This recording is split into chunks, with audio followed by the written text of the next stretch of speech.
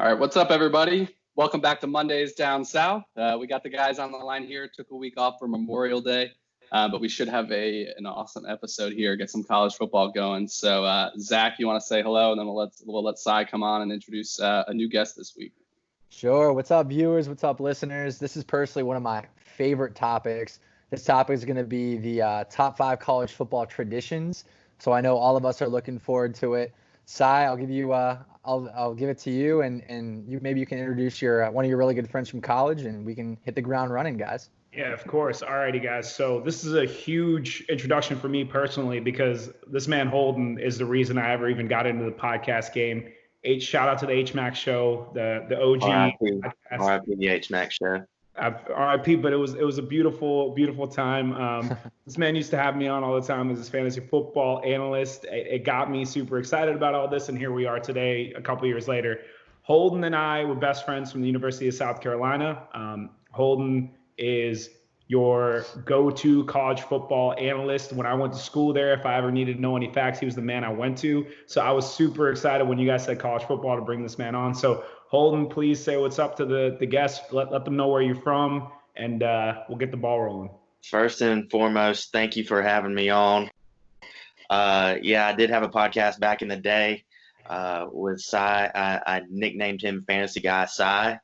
I don't know. I remember that. I don't know if that is like he was so proud of that. Take it. Oh, he was proud of it? Oh, he was all proud of it.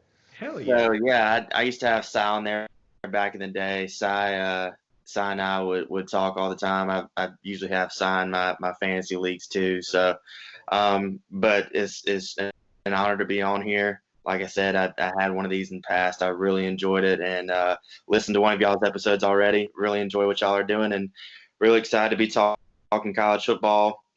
Growing up in South Carolina, we don't have pro sports, so college football is king down here, and same can be said for most southern states. So college football is my passion. I'm super excited to be here tonight talking to y'all about it. Hey man, we're excited to have you. This is some good stuff. All right, Holden, we're gonna get into that, but before we do, we're gonna put maybe you on the spot because I don't know if you knew this was happening, but we're gonna talk about just sports in general for for just a little bit. Try to talk about what's been going on in the last week or so. Obviously, there haven't been a lot of live games, but there's been some traction in terms of some leagues starting their seasons potentially sometime soon. I know the NBA was one of them. They're trying to come up with plans to get the season rolling sometime towards the middle end of summer. How do you guys feel about that? What do you think is going to happen with this new format? I think they proposed potentially the 10 best teams overall from the East and West, I think is what I heard. And I think they're going to try to keep the playoffs going. Do you guys think there's credibility to that? Are you excited about the potential of that? Do you think it should happen? I figured I'd ask you guys that. Yeah, I think that's the best way to do it for all of these leagues. Like the NHL as well, I think has a somewhat similar format because I think like a lot of the teams at the bottom of the standings, I think a lot of their players have said like if there's nothing really on the line, like it's not really worth it for me to come back. So I think it makes sense, but it's also kind of hard to just limit it to the 8 that were seeded in the top 8 to begin with. So you kind of got to give some of the bubble teams an opportunity. Although with that said, in the NBA, like the Eastern Conference is kind of locked up. I mean, I think the Wizards were 9, but they're 5 out of the playoff spot. So whereas the West, I think, is a little closer. You got like 3 or 4 teams that could get in. So it's kind of tricky. And I think, they've got a tough decision, but I think that's the best way to do it. Get a few lead-in games to set the field and roll through the playoffs. Yeah, and I know Damian Lillard is like a prime example of someone who would oppose it. But at the end of the day, like you've had plenty of opportunity. I mean, look, they still played 50, 60 games in the season before COVID kind of delayed everything. So you really had quite the opportunity to make an impact and make a splash. And so the fact that we'll pick on the Portland Trailblazers, they're not really in contention right now of being included based on the NBA's preliminary plans. But at my point is like they're already incorporating more playoff teams than they normally would in a season, right? So you're capturing those bubble teams, at least giving them a chance.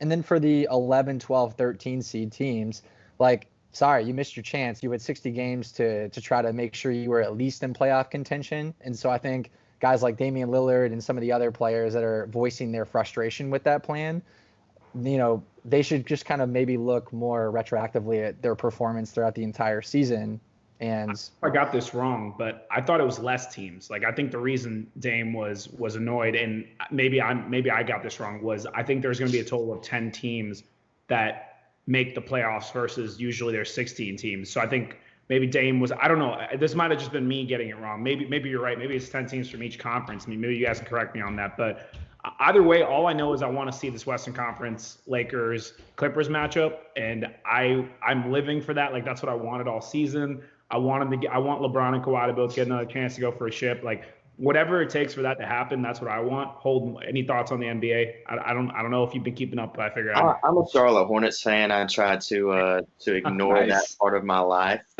I keep up with the NBA, just as much as you're a casual fan, but as far as being, religious, as far as keeping up with it, it's not really me. But I'm kind of with Sign the fact that I would like to see the Clippers Lakers matchup, and I do want to see if this is the year that the Bucks can kind of take the leap and win it all. Yeah.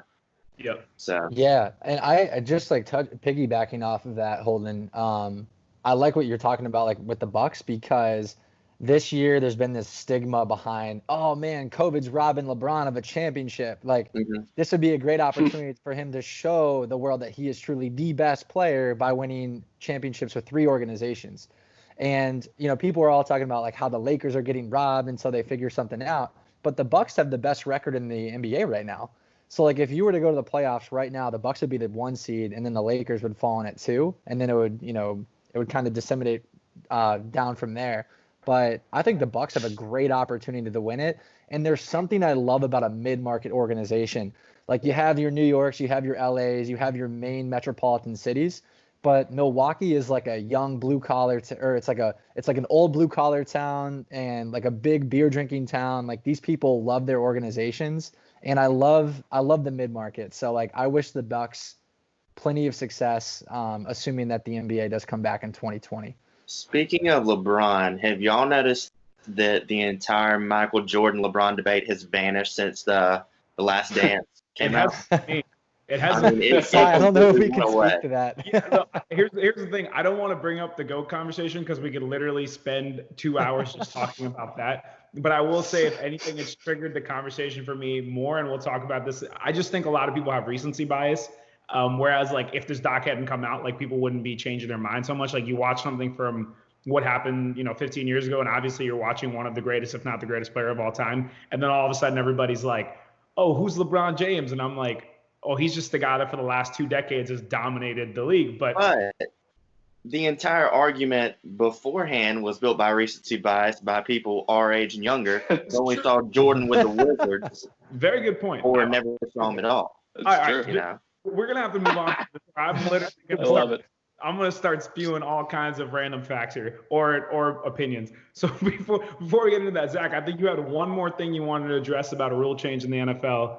And then we'll get into college football. So you go ahead.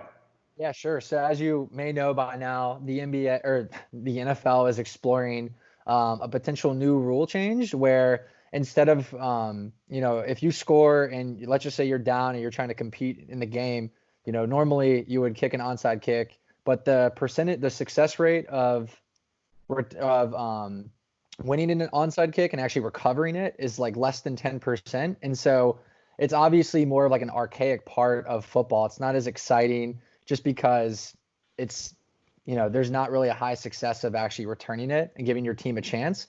So the NFL is exploring a new idea, and correct me if I'm wrong, guys, but I believe it is the team that opts to not kick the onside kick would then have to go for it on a 4th and 15 at their own 25. Correct. And if they didn't convert, then the other team would get the ball based on where the dead ball was, right? Yeah. So what do you guys feel about that rule change? I find it exciting. I find it fun, but there's a lot of people that are opposing it because you're now we're in a world where there's Patrick Mahomes and Lamar Jacksons and people who are just otherworldly that are just complete playmakers, and people feel like that's actually kind of an unfair advantage. So I wanted to get all y'all's thoughts. Real quick before we get the thoughts, to clarify, you're saying they can opt to go for a 4th and 25 as opposed to kicking the onside kick.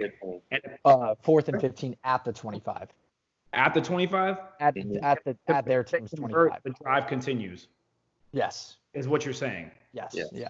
Okay, if that is the case, I will go first. I think that is absolutely ridiculous. Like I think you should not be changing the onside kick. I think the point is the onside kick was a last-ditch Hail Mary kind of effort to get the ball back. If you put yourself in a position where you need to kick an onside kick to have a chance to be in the game, then you shouldn't have a high percentage chance to convert. I also think a 4th and 15 is much easier to convert than an onside kick. And I don't like the idea of that if you put yourself in a position where you're 2 possessions down and you're having to kick an onside kick. As a matter of fact, that's what makes the onside kick great, because when people do recover it, it's special. Like converting a 4th and 15 isn't nearly as special, and I just don't think you deserve that. And I agree, in a league where passing is dominated, like we see that happen all the time. Not necessarily 4th and 15, but at least like 3rd and 15, like long conversion. So I'm not a fan of it personally, but Holden, go ahead.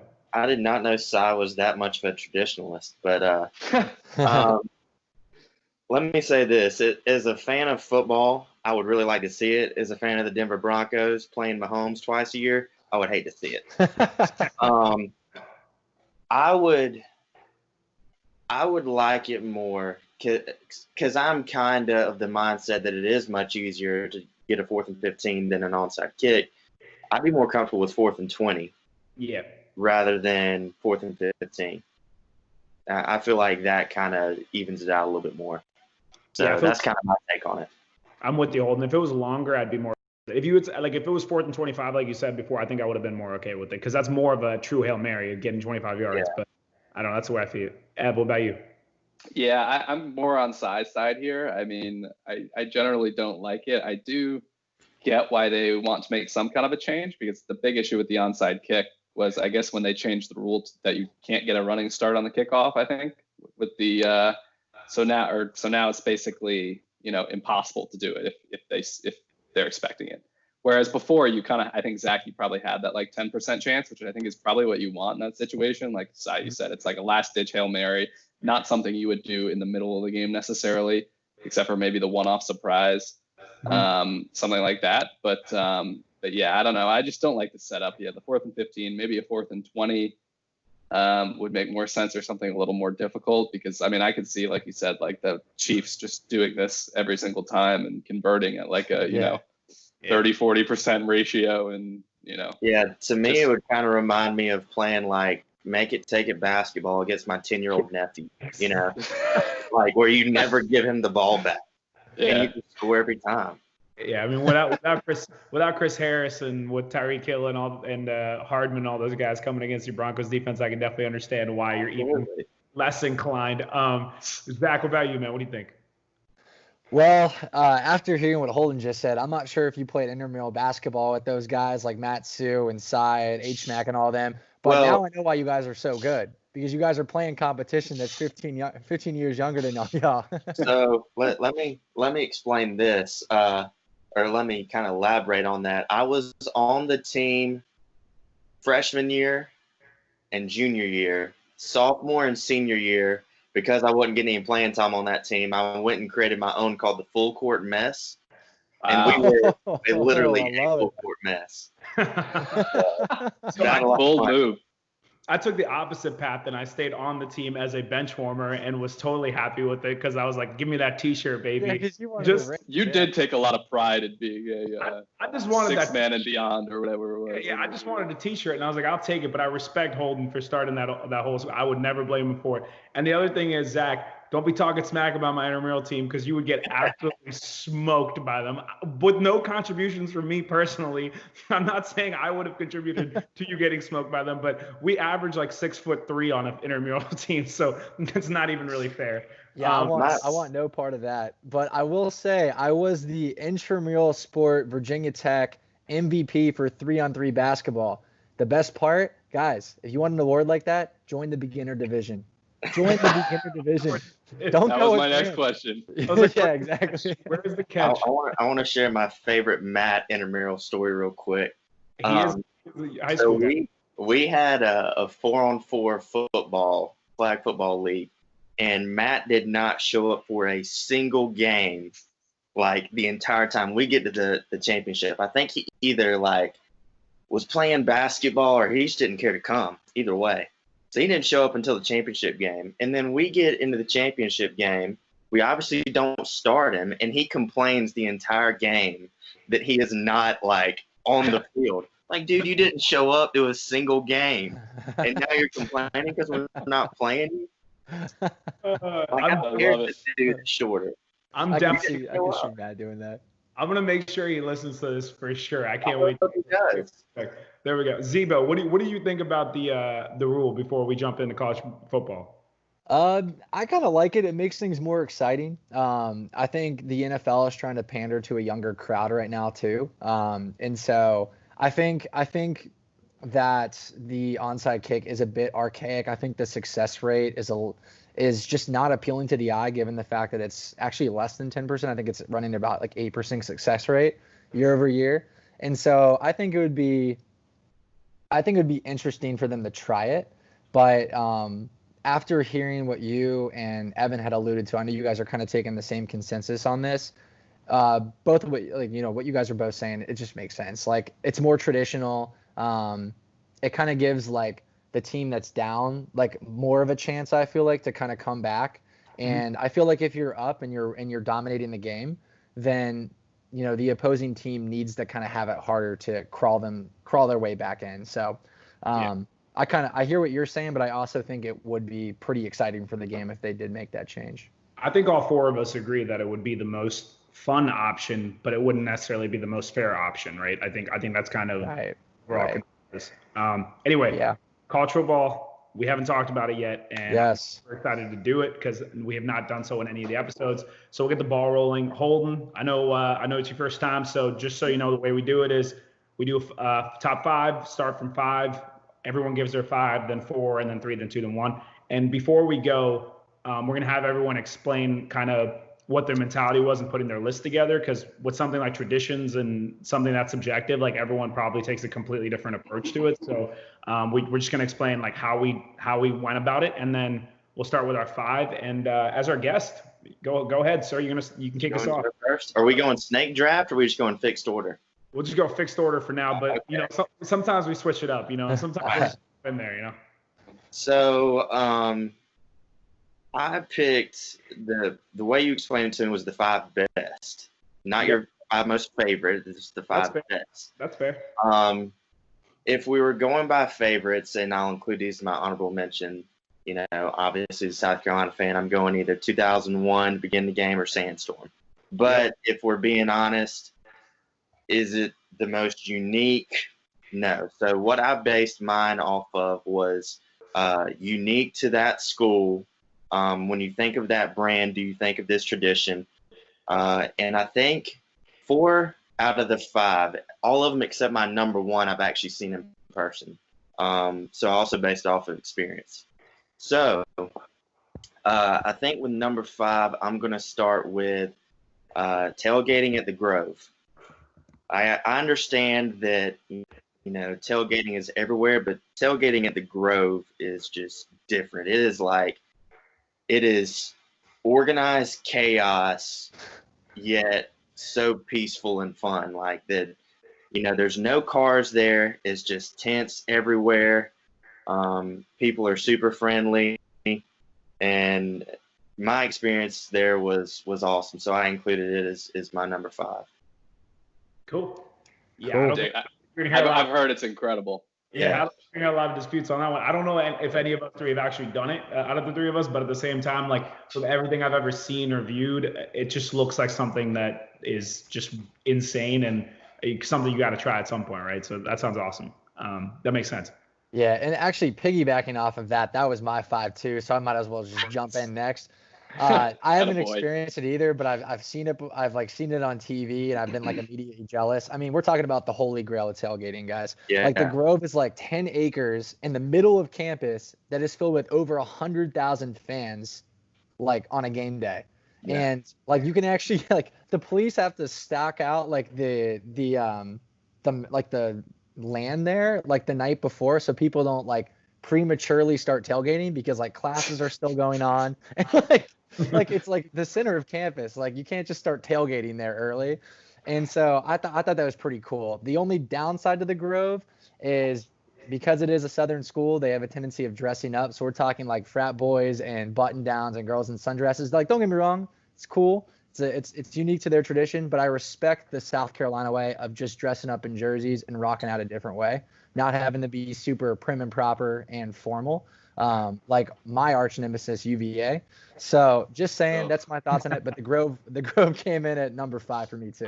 I'll say we're somewhere in between you and UVA. We're probably 50-50. We definitely got our frat boys that are wearing your chubbies and your button downs, but we also got people like me and Holden that are sporting our South Carolina polos or our jerseys. So I think there's transition. There are a lot of college kids at Ole Miss who actually make like their side hustle setting those people's tailgates up. So that would have been an awesome like college job to have, because I'm pretty sure they open up the field at like Friday night, and so these kids' jobs, and they'll hire like people to go run out and then stake the spot out for them. And then it's their job to all set it up. I mean, that'd be an amazing college job to have. So that sounds true. Yeah, sounds epic. Ev, what you got? All right, so number 5, I guess I made my list. Some of them are a little more general, and I kind of combined a couple here and there. And some of them aren't necessarily specific to certain schools. And I guess it is closer to just like the ones I enjoy, sort of. So number 5 is kind of a combination of like obscure mascot traditions, not necessarily obscure, but just awesome. So the Sooner Schooner is my personal favorite.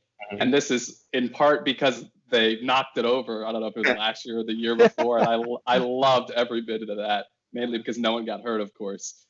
So enjoyed that. And then the Florida State Seminole guy, Chief whatever his name is, Osceola. Planting this Osceola. Yeah, there you go. Planting the spear at midfield. So those types of kind of obscure mascot intros coming out of the tunnel.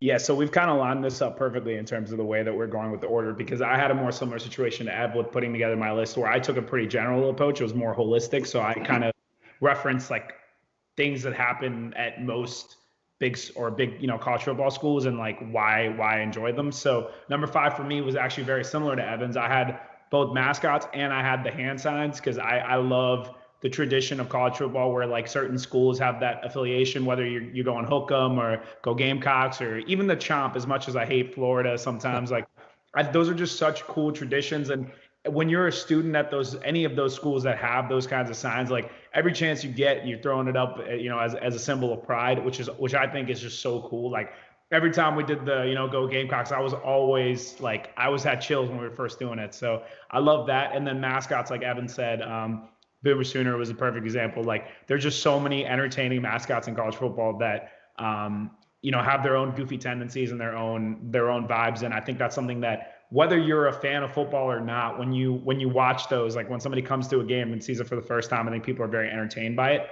So that was number 5 for me. Holden, kicking over to you for 4, buddy. All right, number 4. I actually really don't like this school, and I kind of think the way in which they go about it is stupid. But Midnight Yell for Texas A&M is my number 4. It's really cool in the fact that they can get that many people to come to it, like get out at midnight and practice their cheers. But so I don't know if you went to it, but the first time we played A&M in 2014, when it was at home, and when they go to an away game, they'll pick a destination to have their Midnight Yell at. Well, they picked it on the steps of our state house, which to me was like so disrespectful. And they complained that so many South Carolina fans showed up to oppose them. Well, like, what do you expect us to do? You're on step, And they crack stupid jokes like, how do you know the toothbrush was invented in South Carolina because anywhere else has been a toothbrush? It was stupid, like corny jokes like that. But the concept of like having people there and doing that at midnight to me was pretty cool. So it's unique to them. So I'll put it number 4. Yeah, if I remember correctly, that was the Manziel era of Oh no, that was the Kenny Hill. Kenny Hill. Kenny True. Kenny Trill, where he threw for like 500 yards. And yeah, they that was smoked right us. after Manziel. They smoked us. Not excited about Jimbo Fisher running that squad now too, because now we just added another crazy opponent. But that's a good one for sure. The Midnight Yell is iconic. Zebo, take over, buddy. Yeah, well, Kenny Hill smoked y'all, and then he didn't smoke the rest of the SEC, so we had to flee to TCU because the Big Ten is notorious for not having a freaking defense. What is it? This? Like the frog. Oh yeah. We'll stick to getting we'll stick to getting smoked by Kenny Hill. You could stick to getting smoked by schools like JMU and ODU. So we'll all have. All right, boy, Cy. All right, I'm coming at you now, Cy. Go ahead, buddy. So, all right. So my number 4, Holden and I see eye to eye, evidently, because the Midnight Yell was mine as well, and just the 12th man in general. Oh, that's weird. Because just kind of expanding off of that, so the Midnight Yell is like regularly attended when we're talking about home games. So Holden was kind of mentioning the away games. For home games, it's regularly attended by 25,000 people or more. It's insane. The entire and we're talking just one section of Kyle Field, and so I just think like that tradition, which has been ongoing since like the early 1900s, is pretty special in itself. And then on top of it, you have like the 12th man, which is just kind of like this unifying message that A&M preaches. And when everyone kind of walks into Kyle Field, I mean, this is a stadium that's 100,000+ people, 4th or 5th in seating capacity in the country. I mean, this place is hard to win in. And so I just think not only like the Midnight Yell, not only just like the the large military presence that kind of lead those events, right, and like lead those cheers and whatnot, and then also the unifying presence of the 12th man, I think is pretty cool and something you can't ignore. So just like Holden, A&M is my number 4. I think what's really cool about the 12th man too is that it extends beyond just football, right? Like it's their kind of school philosophy. Like I really appreciate that A&M is that invested in their sports. Baseball, the tradition with walking a batter. I'm sure you guys have seen that before. It's the 12th man representing there. It's like one of the most entertaining things to watch and daunting. So A&M does a really, really good job in terms of showing up to games and having traditions. I got to give them props for that. Whether the weirdest fans you'll ever meet. It's the nicest stadium I've ever been to, but they are the weirdest fans. I can see that. E, what's up? What do you got?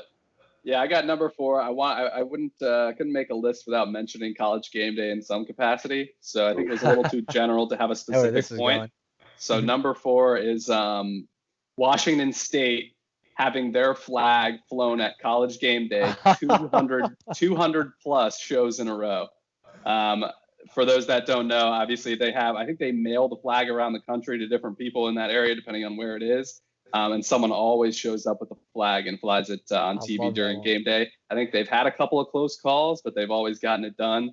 I think it was originally a way to try to get College Game Day to go to Pullman, which was entirely unsuccessful for a very long time until I think recently they were there. Maybe must have been the Minshew days, I guess. But yeah, that's my number 4.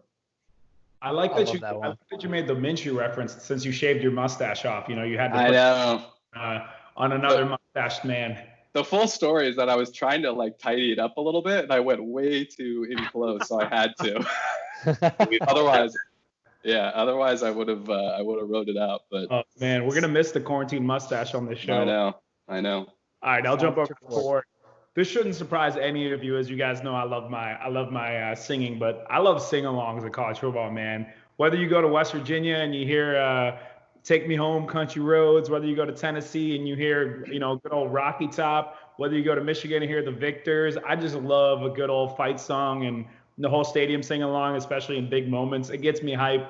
I was that one guy in our group that would sing the Carolina theme song every single time it came on without a doubt in my mind. Like, I just think sing-alongs are so entertaining, especially when people have fun with them. So that was just a casual chill number 4 for me. I had to my good Country Roads mention, but so JMU played West Virginia this year, and the entire lead up to the game, I was like, we're winning, and because I was like, we're not going to hear Country Roads today. And then, of course, we lost by like a touchdown, but West Virginia was terrible last year. Yeah, they were pretty bad. Yeah. So, and we like just didn't play well. So I generally thought we should have won. So I skedaddled before it came on because I was like, I'm not listening to this shit. I was so mad. Yeah, that's yeah, why that's a good one. left and bolted for Houston. Yeah. Besides point, at Tennessee, actually more so than Rocky Top. At the beginning of the fourth quarter this past year, all their fans sang "Friends in Low Places," and to me that was a highlight of that game. That's awesome. That's pretty dope. And that's Holden's favorite song. My number 3, I picked the War Eagle flying in pregame in Auburn. I've been to a couple Auburn games, and that is really neat. They'll start it like up on the top of a ramp, and it'll fly around. Their fans like try to keep a chant going the entire time, and they run out of breath, and it's kind of funny to listen to them as they're trying to keep out war drawn out for like 45 seconds. But I think it's really cool, and it's something unique to them as well. Fair, solid. That's awesome. And for my number 3, I actually don't have the same one as Holden this time, luckily. Nice. But I know I've been making fun of the Big 12 already on this podcast, so I figured I'd give them some type of redemption. My number 3 is Texas-Oklahoma, the Red River rivalry. I think just since they started playing in actually the year 1900, it's been one of the longest standing rivalries in college football history, let alone just sports history. And, whether it's, like, oh gosh, Sam Eckler. Oh gosh, I'm forgetting, like the quarterback of the Texas, Ellinger. Yeah. Whether it's Ellinger versus Jalen Hurts or Ellinger versus Baker Mayfield. I mean, like these are two programs that are known for top tier quarterbacks. And also I love the fact that Oklahoma will travel about 3 miles from Norman into Dallas. And then, all the Longhorns will travel about 3 hours north from Norman to Dallas. They'll go 3 hours south. From Austin to Dallas, they'll go 3 hours north. So they truly are meeting right in the middle in the Cotton Bowl. And I actually lived in Texas, Holden. I'm not sure if you knew that or not, but I actually took my girlfriend up to the Texas State Fair, and that entire arena is like, it's insane. Like it's actually like the middle of the Texas State Fair, and it becomes this like huge amusement park around it.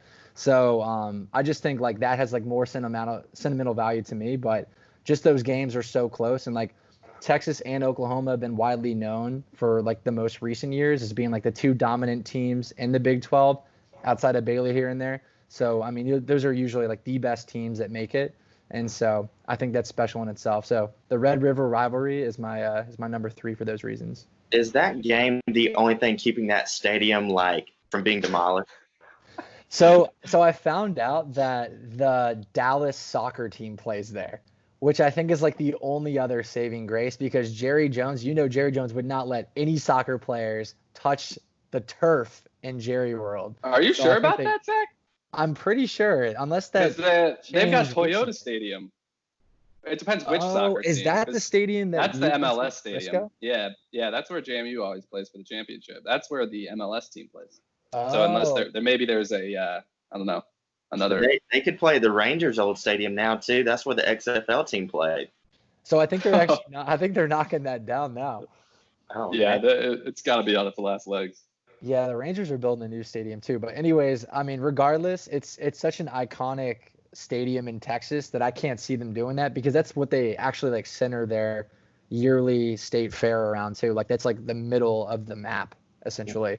So yeah, but that's a good question. I don't know. All righty, E, what's up? Is it me? Oh yeah, it is me. 3 for me is whiteouts at Penn State.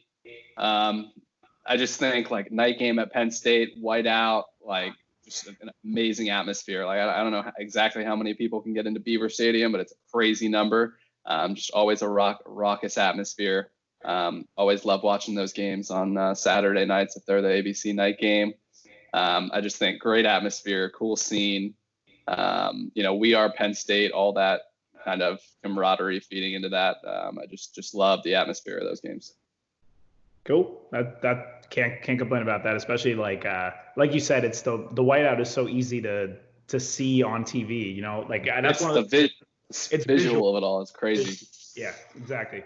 Number 3 for me was SEC tailgating specifically. So a little bit of a throwback to Zach and Holden. Obviously, you guys don't love our SEC bias over here, but there's a rhyme to the reason. And like Holden said, with a lot of these schools, they don't have professional teams, whether you're talking about Ole Miss or South Carolina or Alabama or, even the Tennessee has one. Like the Vols were such a big part of their, tradition growing up. And all these schools that I've just mentioned are incredible tailgating spots. Obviously, you guys have seen South Carolina yourselves, and I think you guys had a good time. But I just think there's so much like energy and like flair that goes into those tailgates. No matter how good or bad we are or those teams are, people literally just all week, that's all you think about. You're thinking about that tailgate and that game and how you're going to celebrate before and how you're going to drink your sorrows away after, and or if you win, how you're going to celebrate. So tailgate's always going to be pretty special down in the SEC. So that's number 3 for me, and I'll always have special memories of that. Yeah, South Carolina fan, tailgating is really the only thing that gets us through football season, to be honest with you.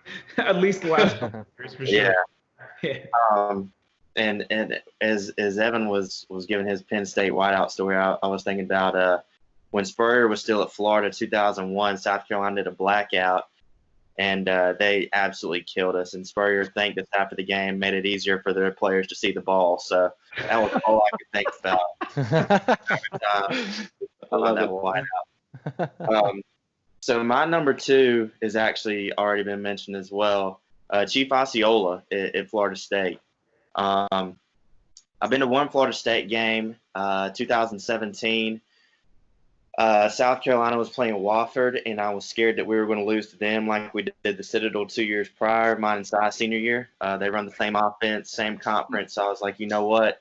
Mike Houston. Out on this, I'm going to go to somewhere different. So a buddy and I went to Florida State, paid $6 to see them play Delaware State, who is an FCS school, didn't even have the mandated number of scholarships available. Like this game was 70-0 in the third quarter. But regardless, still got to see that, and I wish I'd have been able to see it for a night game. But Chief Osceola to me is a really cool tradition as well. For sure. Zebo, go ahead.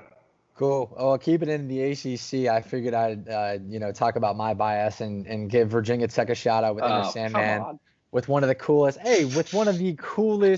I'm just kidding. Stadium entrances in the country, where we just our tailgating is not prime time, not even anywhere close to the SEC. But once we get into the game, it's such a cool experience where you can actually start to feel the anticipation. They kind of start playing the low music, the team gets released from our locker room, the away team will come out, and then they'll just stop, and then you just hear Enter Sandman blare it in the speakers, and everyone's jumping up and down.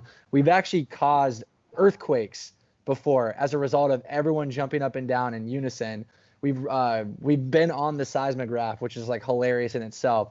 So I just think and outside of that, and just giving an accolade to Virginia Tech's Enter Sandman entrance is something in itself, and the home that Beamer built.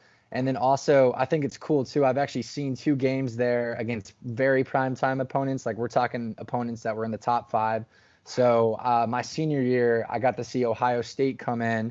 And this is Braxton Miller, Cardell Jones, and JT Barrett. We actually didn't know before the game. The big question coming into that season was, is the defending national champions, are they going to start Cardell Jones, or are they going to start JT Barrett? That was the big question. That question was answered that game in that stadium. So, actually we were beating them at halftime, and then Urban walked them into the locker room and smacked them around a little bit. They came out and they just destroyed us. I think they actually outscored us in the second half 24-3 or something like that. It was horrible. But those special moments is probably a reason why Virginia Tech's Enter Sandman is number 2 on my list. Who was the quarterback in that game that at halftime said they're going to have to do more than that to get me out of this game, and then he got killed right after? Yeah, so his name is Michael Brewer, and I actually so when I was living in Austin last year, I actually ran into him at the gym. He lives in Texas, and he's just hanging out. Yeah, so he was wearing Hokie gear, I was wearing Hokie gear, so we just talked a couple times at the gym and whatnot. But yeah, that was him, and he actually led them the year before in actually beating Ohio State in the horseshoe. And so he was like all hyped up and ready to go. And then, things they took a wild turn pretty quickly. But yeah, that was Michael Brewer. Yeah. Zach, you said we're going to get him on the pod, right? Yeah, we actually could. Once we build up some street cred, Once we actually are somewhat recognizable and not complete jokes. more than 17 subs, but hey, I think we're on our way. Ev, go ahead, man. And then just to add to Zach's, actually, the cool part of that too is like the tunnel in and of itself. It's like this super tiny tunnel. I feel like I think you can only fit like 2 or 3 people across, and it's like you're barely kind of able to get under it from the ceiling. So it's just like the claustrophobic tunnel, and then you touch the Hokie Stone. It is a good one, despite that I will yell at your bias.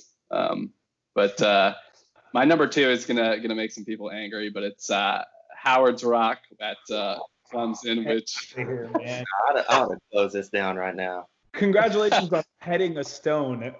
Great. How does that one make it, but Enter Sandman doesn't in your book? I don't understand. It's also the hill. I think I like the hill that they run down the hill. They ran down a hill. Oh my God. I think the hill is hype, dude. I think the hill is hype. You gotta shuffle your step a little bit, dude. I like the hill. I don't know. I need to make a couple points about this whole. I figured I'll let you guys carry away. Holden, we're saving Clemson for later, Holden. I promise there's a reason behind that. We're saving it. Trust me, you can talk all you want about it at that point, but just hold it. I have a lot to say about this hill entrance in Clemson itself. Just hold it for a little bit, and we'll talk extensively about this after. My blood pressure's going up as we speak. Me too. You can tell Holden is upset. Oh my God. See, I promise I'm gonna even out though in my honorable mention on Clemson. So all right. I'm gonna end neutral on Clemson. I'll save it, but maybe that's what Sai's talking about. But yep. Number 2 for me is Army Navy. That one was. I don't really think that needs to be explained. Patriotic. It's incredible every year. Doesn't matter how good or bad those teams are. It's always a spectacle. It's tradition. It's just a beautiful tradition, and it was impossible for me to keep it off their list, and I knew I wanted them high on the list. So Army Navy for sure. Go America. That's my number 2. Go ahead. All right, my number 1. This was the only one that I had not seen. Sai actually mentioned it. Country Roads after a West Virginia win. To me, you're kind of like Sai mentioned, there's something about having that many people in unison, singing a song like that together. But to have something so specific to your state would make it even more special. I've seen videos of it, particularly the one that went viral recently was after they beat Tennessee in Charlotte, and that's probably my number 1. That would be the one that I think is coolest and want to see in person. Oh yeah. That's a good one. And for and my number 1 I just touched on it, is Army Navy. I think it's cool how, just before the game, the entire student population of the Army cadets and the Navy midshipmen, they walk and march on the field. I think that's cool. A cool, just from a spectating standpoint, really cool to see. You're going to see great flyovers. I mean, they debut all the military aircrafts. They fly them right over the stadium. I love the fact that it's in Lincoln Financial Field up in Philadelphia, just in the cold and the winter. I think there's something special about that too. And also, as of late, the competition is actually, it's not just a game that you kind of throw on TV. All right, when is Navy going to run away with this? They did for 14 straight years, from 2003 to 2014, 15, something like that. But Army then won the next 3 years from 2016 to 2018. And then I think it just went back to Navy last year. So it's a little bit more competitive now, and that makes it more interesting. So Army Navy is my number 1. Yeah, that's actually my number 1 as well. I won't talk too much more about it, but yeah, a little not too unique here from you guys, but I just think the game in and of itself is a great tradition. The walkouts are amazing with the cadets and the midshipmen. The fact that they're able to do it, I think the week after the normal college football regular season ends is pretty cool. So they almost have their own day for it. Obviously, there's tons of other, postseason stuff going on. But I think it's just cool tradition, and obviously the president will go and that kind of stuff builds up the camaraderie, and just always a cool game. Yeah. If there's one that I'm perfectly happy with us having mutual consensus on, that's definitely one of them. I don't think anyone's going to disagree with that. Holden, American for not picking it? Like, no, I don't Holden's un-American. We brought this guy up. What are we doing? Jeez. No, I'm just messing with you. All right, my number one, it's just going to be entrances, crowd, dancing in general. I think it is the greatest tradition in college football overall. Whether you want to point to Virginia Tech with Enter Sandman, whether you want to point to Jump Around at Wisconsin. Obviously, I have my own specific examples of it. I'm going to tee this up because the reason this is number one for me has a very a specific moment attached to it.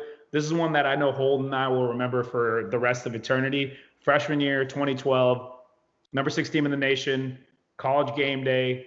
George comes to town. We are the night before not sleeping, staying out on the lawn, trying to get on TV, trying to be there for college game day. Huge moment. We know if we win this game, we're going to put ourselves in a position to really be on the national map as far as national championship goes. Next day, we walk into that stadium. Before the game even starts, there was a intro, and Holden, you'll remember this. There was a intro with a soldier that popped up on the screen. He sent a video in, and they brought his family out to the middle of the field, and they introduced the family and said, hey, here's a message from your husband and your father. And they played this message, and the whole family was crying, and the whole stadium was collectively in the big awe. You heard it all around the stadium. And the next thing you know, you see him run out the tunnel, and he's running the field. The family has no idea, and literally we're all just going nuts. And I will never forget that, because more than the game itself, that was the loudest I've ever heard South Carolina. We were beyond capacity. Whole stadium was shaking. It felt like an earthquake, like you were saying, it was insane. And then the game started, and that first Enter Sandman, oh my gosh, I'm getting chills right now thinking about it. And wait, Sandstorm? Sorry, Sandstorm. Zach's got me in the mind. My fault. Sandstorm started playing. I started losing my mind, and we go out there and we steamroll them. The game is 35-0 going into the fourth quarter. They score one touchdown at the end of the game, 35-7, just dominate them. And I'll always remember that. And obviously that's a specific moment for me and Holden, but I know Zach's going to have that with Enter Sandman. I know people in Wisconsin have that with Jump Around, and there's just so many of these traditions everywhere. And I think when you think about your games, those are the things that people point to. So that's why that was number one on my list. And going off based on that, I'm going to put you all on the spot, and I'll start. But I'm going to say, give me either your least favorite tradition or an honorable mention of something that you would want, because Evan kind of teed this up for me. And I'll go first. My least favorite tradition is when a nationally ranked top 14 nation decides to I'm going to excuse my French, storm the damn field every time they win a football game. When they beat an unranked Syracuse towards the end of the game, or when they beat UVA. This is why I can't give them the rock, because how is Clemson allowed to storm the field as a top team in the nation every single game and pretend like that's okay? That is such a terrible tradition. I know I'm a Gamecock fan, but regardless, bias aside, that is so dumb. That is my least favorite tradition in college football. And that's why I asked Holden to wait, because there is so much to be said about their tendencies. So that's meet at the Paul. What's going in? Meet at the Paul. Yeah, I don't know, man. You go. You tell me what you think. All right. Where do I start? With that entrance in and of itself, first and foremost, it's a rock that sat in Frank Howard's office for years, just completely unattended. He didn't even care about it. I don't know how it ended up on a pedestal at the top of a hill. Here's let's go through the entire path, starting when they leave their locker room. We're talking about a rock. I love it. The state of South Carolina itself is not rich. We have the corridor of shame down towards the bottom of the state. Yet we can find a way to pay for 3 or 4 buses to go less than 1/10 of a mile around a stadium. How are we coming up with that sort of funding for them to ride a bus around the stadium? Walk. You don't need buses. Here's the other. All right, my last point with that. They release an ungodly amount of balloons every time they run down that hill. We have a helium shortage. I remember shortage. Why are you doing that? And then you're supposed to be a school that's all about agriculture and the environment. Don't those balloons have to pop somewhere and just litter like everywhere? And then their fans in general. You know what blows me away about their fans is they, honest to God, believe that they don't pay kids to come there. Like they, honest to God, believe that it is the culture that our Lord and Savior Dabo Sweeney has created, and that they have never paid a kid. Like you can't tell me that 5-star Sammy Watkins leaves Fort Myers, Florida, to come to a 6 and 7 Clemson program in 2011 without getting a little, I mean. I love it. And that's not just Sammy Watkins. I mean, like, who was like the other twin receiver alongside of Sammy Watkins? DeAndre Hopkins. But no, DeAndre Hopkins literally grew up in Clemson. Yeah, he grew up in the area. Oh, did he? Oh, it makes more sense. Yeah, but like Taj Boyd was the quarterback back then. I mean, he could have gone. Like us getting Clowney and Lattimore made more sense because they were from hometown, right? Like, so like it's shocking when they're coming to this program that literally had no like tradition of winning at the time, just out of the blue. But then again, a lot of schools pay their players, and it's not like we're sitting here as South Carolina fans pretending like we're better than Clemson. For sure did it. I mean, shoot, our 4th string running back had like a brand new Chrysler 300. I know. So, right? Yeah. I'm sure admit it. Sure he got his own. We don't know. Let's not speculate on that. But Evan, Zach, go ahead. After you guys. Ev, go for it. I am equally riled up. I told you I was going to even out on Clemson. I do like the Hill and the Rock, but the storming of the field every single time is absolutely pathetic for me. I just don't understand how that started, like why they think it's a good idea on so many levels. And then to pivot over to pick on UVA a little bit, we have teams storming the field when they're favored. Like UVA is doing it all the time. I can't even think of a school that stormed the field or the basketball court more times when they're favored to win. Like they did it against an unranked Miami team or something like that, I think a few years ago. Like what? I try not to curse here because this one does get me, fired up. But like, what are we doing here? Come on, let's have a little bit of respect for our institution and that only, storming the field once in a while when it's warranted. The other point of that, Ev, is like that the moment you actually do get to storm the field, when it's like a close game or like a team that's, ranked at the same level or higher than you and you beat them in a close game, it completely takes away from that. Like I still remember when we beat Georgia, or in the our first 2 years, we beat Clemson in close games, and we lined up, but we were not allowed to storm the field. Like we had people standing there with firearms, like holding us back. Like we're not allowed to go on that field. That's an SEC rule. It is, but we would get fined. Like with it being, we've stormed the court a couple times for basketball. So if we were to storm the football field, it'd be like $100K.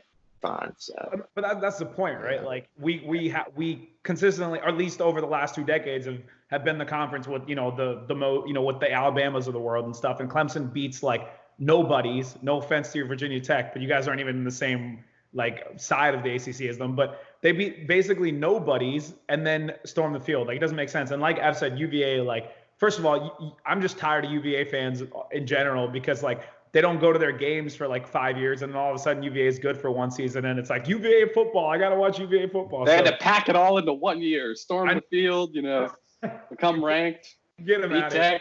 Get them out of here. Zebo, go ahead, man. I'd probably say it's a toss-up between I don't like the Mississippi State cowbell thing. I think that's stupid. That's a good one. I was just like thinking about these like random. As Cy and Holden were going. But another one I can't stand is the turnover chain. Like it was fun for a year, but like when Miami is just consistently terrible, like there's no excuse for it. Even with how bad Florida State is, Florida State's still knocking Miami around. That's when you know you're bad. So those are probably my two. I like that. Is that still around? Dude, yes. They were doing it last season. Trading. Look, if you want a turnover chain. I thought that was like a 1 year fluke thing, and I liked it for that reason. But yeah. Well, Ed, the reason why you didn't see it around was because they weren't making any turnovers. Dude, and then if you wanted to have a turnover train, you should have done it in the 90s with like Ed Reed and Ray Lewis and all those guys, because it actually makes sense.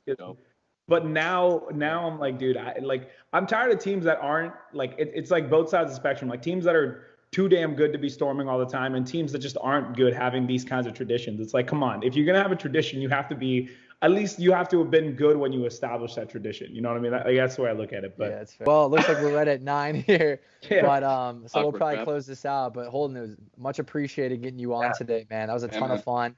And this is one of my favorite subjects, clearly based on how long we talk for. This is everyone's favorite subject. So just from like an audience standpoint, thanks for tuning in. Thanks for listening. Leave us some comments if you agree or disagree with us, and feel free to leave some questions too, man. And we'll maybe we'll get you on. Holden, you got any last words? I appreciate it. Yes, sir. Any last words before we sign off? Anything you want to point to? You good to go? Go Cox. Go Gamecocks, baby. Yes, sir. All righty, guys. Thank you very much. Like Zach said, everyone stay safe. Hope you're all healthy and well. And thank you for listening to Mondays Down South.